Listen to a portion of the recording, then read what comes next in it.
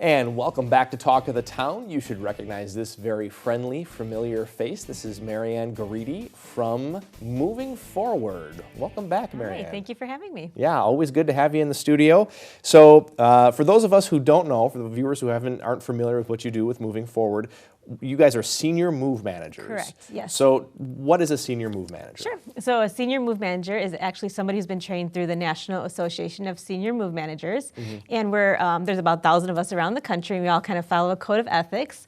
And the thing to know is that really we go into this profession because we want seniors to have a really stress-free, calm, move and get them to where they need to be. And it tends to be stressful, so we try to remove all that stress from them. Absolutely. So, yeah. Making a smooth transition, Exactly. I think, is important. Yes. So I'm guessing that you probably get contacted by the adult children of a lot of these folks. What is that like? What does that whole process look like? Yeah, and it's really interesting because, one thing that I hear way too often is that I meet somebody and they always say, where were you, 5 years ago when I had to move my mom? And it's really sad because what happens is it's a very stressful time for the children as the senior as well.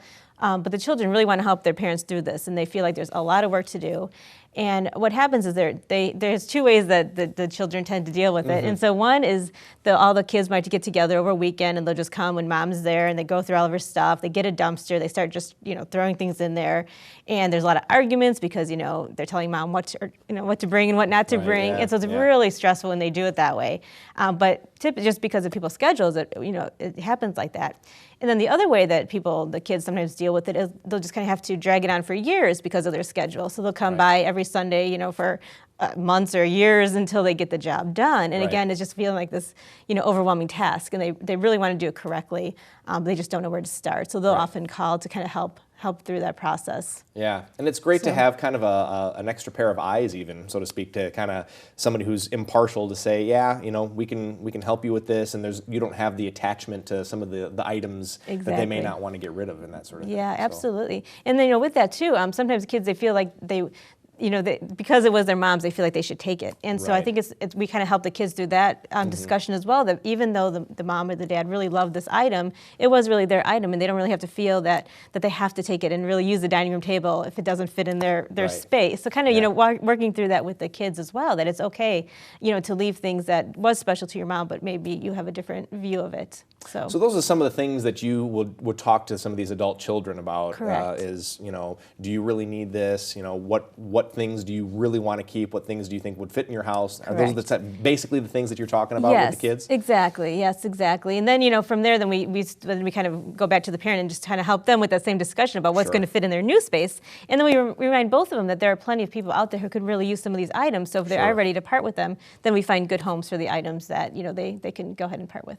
Absolutely. Finding good homes for people who really need them. Right. So how long does the process typically take once you start helping a family? Boy, we're really pretty quick, actually. Yeah. So once we get going, and again, because of the situation that people are in, they kind of tend not to call us until something has happened, either a fall or a death or something that something has happened where they really need to finish up the house and get it cleared out or move their parent.